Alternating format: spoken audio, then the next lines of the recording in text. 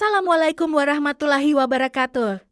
Sahabat Menara Islam Kudus, ada 5 perkara yang jadi teman manusia di alam kubur kelak. Alam kubur akan menjadi tempat menanti bagi manusia hingga hari kiamat. Manusia di alam kubur tidak akan sendiri, tetapi akan punya teman. Siapakah teman manusia tersebut?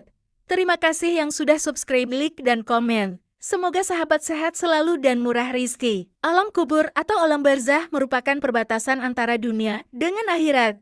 Dijelaskan dalam ketika ruh dikembalikan selamat atau celakakah ruh dan jasadmu, manusia akan merasa sangat kesepian dan membutuhkan seorang teman. Allah Subhanahu wa Ta'ala pun berbelas kasih dan memberikan teman untuk manusia di alam kubur. Mereka akan menemani manusia hingga hari kiamat nanti. Teman di alam kubur itu berasal dari amalan yang dilakukan manusia ketika masih hidup. Bila amalnya bagus, maka temannya pun adalah teman terbaik yang belum pernah dimiliki selama hidup di dunia. Namun, bila amalnya buruk, maka temannya adalah teman terburuk yang belum pernah dimiliki selama di dunia. Hal tersebut telah diterangkan pada surah Ar-Rum ayat 44. Allah Subhanahu wa Ta'ala berfirman, yang artinya, siapa yang kufur, maka dia sendirilah yang menanggung akibat kekufurannya. Siapa yang mengerjakan kebajikan, maka mereka menyiapkan untuk diri mereka sendiri tempat yang menyenangkan. Untuk itu, beruntung bagi manusia yang mengerjakan amalan baik. Mereka akan ditemani dengan wujud terbaik dan enak dipandang.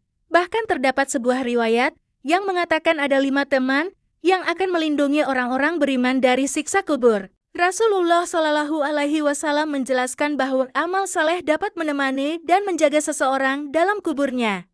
Ibnu Taimiyah berkata mengutip hadis masyhur dari Muhammad ibn Amru dari Abu Salamah dari Abu Hurairah dari Rasulullah, yang diriwayatkan oleh Abu Hatim dalam syahihnya dan oleh para imam hadits lain. Rasulullah Shallallahu Alaihi Wasallam bercerita, orang meninggal dapat mendengar suara langkah kaki orang-orang yang pergi meninggalkannya. Disebutkan, bila jenazah tersebut orang beriman, maka amalan salat berada di dekat kepalanya, puasa berada di sebelah kanannya, zakat di sebelah kirinya, perbuatan baik seperti berkata benar, silaturahmi dan perbuatan baik kepada manusia berada di dekat kaki. Jenazah itu lalu didatangi oleh malaikat dari arah kepalanya, dan amalan salat berkata, di arahku tak ada jalan masuk untukmu.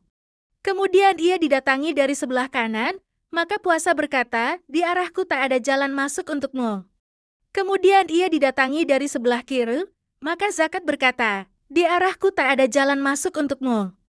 Kemudian ia didatangi dari arah kedua kakinya, maka amal saleh seperti silaturahmi dan berbuat baik kepada manusia berkata, di arahku tak ada jalan masuk untukmu. Selain amalan saleh tersebut, Al-Quran juga akan menemani kita di alam kubur kelak.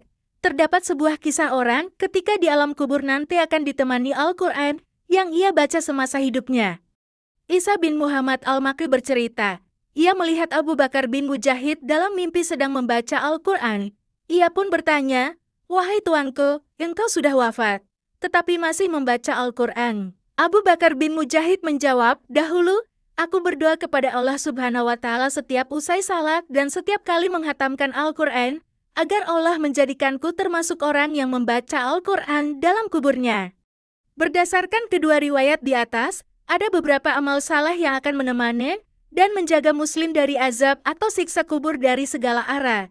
Beberapa amalan saleh yang menjadi teman di alam kubur tersebut diantaranya. 1. Amalan salat akan berjaga dari siksa kubur di bagian kepala. 2. Amalan zakat akan berjaga dari siksa kubur di sisi kanan. 3. Amalan puasa akan berjaga dari siksa kubur di sisi kiri. 4. Amalan silaturahmi dan berbuat baik pada sesama akan berjaga dari siksa kubur di kedua kakinya. 5. Amalan membaca Al-Quran yang akan menemani kita di alam kubur. Wallahu alam bishawab.